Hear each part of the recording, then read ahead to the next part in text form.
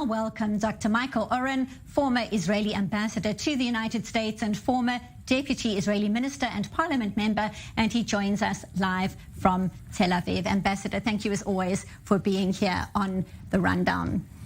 So as you know, a 29-year age gap between these two leaders, much made of that difference. And we just heard there Naftali Bennett talking about the fact that they're building on their trust and their relationship and would be growing going forward. Talk to us to start.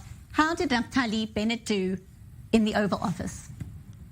Well, good to be with you. Good evening. I think he did well, given the circumstances, very, very difficult circumstances. You know, in Washington, everyone talks about body language. I think that Naftali Bennett's body language is very confident, very stable, very friendly and inviting. So that's always significant.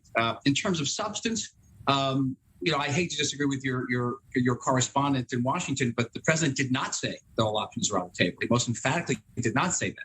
He simply said that if diplomacy doesn't work, they would turn to other options. But there could be many other options, including an option of sort of accommodating an Iranian threshold capacity without an actual Iranian bomb, but the ability to make a bomb. The president at this point cannot say all options on the table. Isolationism is rampant in the United States. There's no support for further military engagement in the Middle East, and everybody knows that. I was rather hoping that the president would come out and say unequivocally that Israel has a right to defend itself against Iran. He did not say that as well. He said Israel had a right to defend itself against Hamas. So there's a lot of things that were said, or you can read between the lines, think more things that weren't said. I think on the other side of the ledger, there wasn't a tremendous amount of pressure on Prime Minister Bennett to hold back on Israeli building in Judea and Samaria and East Jerusalem. Not a whole lot of pressure on Israel to show constraint with demolition of Palestinian houses, or the illegally built houses, or even the houses of terrorists. No pressure as of yet to reopen the American consulate in East Jerusalem as a de facto embassy to the Palestinians. All in all, an uneventful meeting, though the fact that it took place was an event in itself. Could have easily been canceled, and there have been many Israeli analysts who said that it should have been canceled, including some Israeli analysts on the left. Interestingly, I don't believe so. I think it was important that Naftali Bennett established himself as Israel's prime minister, that he adopted this tone of rapprochement and mutual consideration, non-confrontational.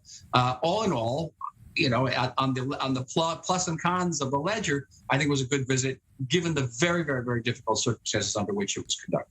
Absolutely. There was no doubt that there was a point in that development. It looked like that meeting could have been pushed out until another time altogether. At least it did take place from Naftali Bennett's point of view. I want to pick up, the ambassador, on the issue of Iran, because somebody who was very critical of the way Naftali Bennett dealt with the issue when they were in the Oval Office, not surprisingly, was Benjamin Netanyahu, slamming Naftali Bennett's stance, saying that Bennett almost folded in the White House when he pledged not to fight publicly. Do you think Bennett was strong enough on the issue of Tehran?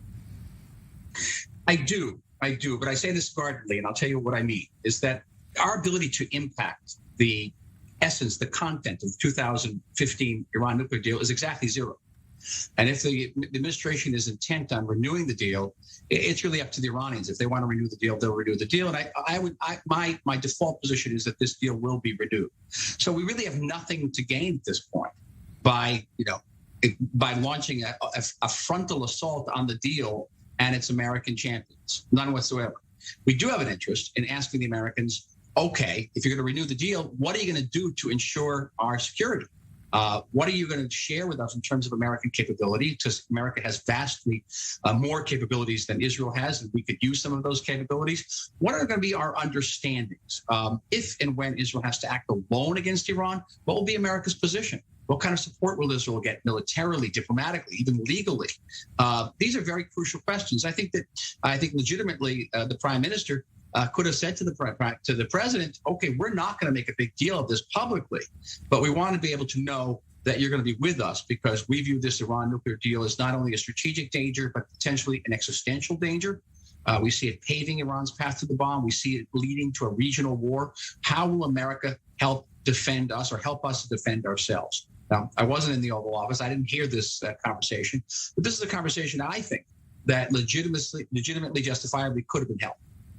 And very briefly, when we're talking about what happens on screen at these press conferences, all these photo opportunities versus what happens behind the scenes, your sense on the Abraham Accords, Joe Biden's comments, he didn't actually mention them by that term, but he did say that the U.S. supported Israel developing deeper ties with its Arab and Muslim neighbors. Is it likely that more details were discussed behind closed doors, so to speak? It's likely, but he could have actually used, said the the AA words, the Abraham words. This administration doesn't like using that term because it's a Trump era term, but certainly we use it, and our Arab allies use it. It would have been, how should I say? It would have been nice. And he said that the president said that the United States supports those accords. It didn't say what it was willing to do specifically to expand those accords, to strengthen those accords. Again. There's much significance about the things that weren't said as there were about things that were said. I think behind closed doors, and this is entirely speculative, if there are other countries that are prepared to enter into those accords, certainly the most important one would be Saudi Arabia. It would be justifiable, again, for the prime minister to say to the president, listen, I need your help on this. I'm not going to take you on the Iran nuclear deal, but what we do need you to do is to put your weight behind a Saudi Israeli rapprochement. Thank you so much for your insights on all these different angles to this very important story for this region. Dr. Michael Oren, former Israeli ambassador to the United States and former deputy Israeli minister and parliament member, speaking to us from Tel Aviv. Thank you so much.